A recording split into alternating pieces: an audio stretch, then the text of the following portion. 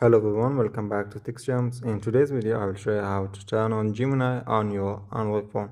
So let's get started. First, open the setting app.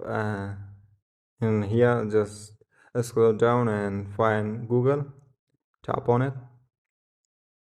And here, beside the recommended, just tap on all services.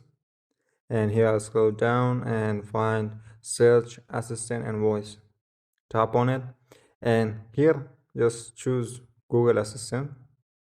Click it, and here scroll down again and tap on the digital assistant from Google, and here just simply choose Gemini instead of Google Assistant and tap on the switch, and that's it.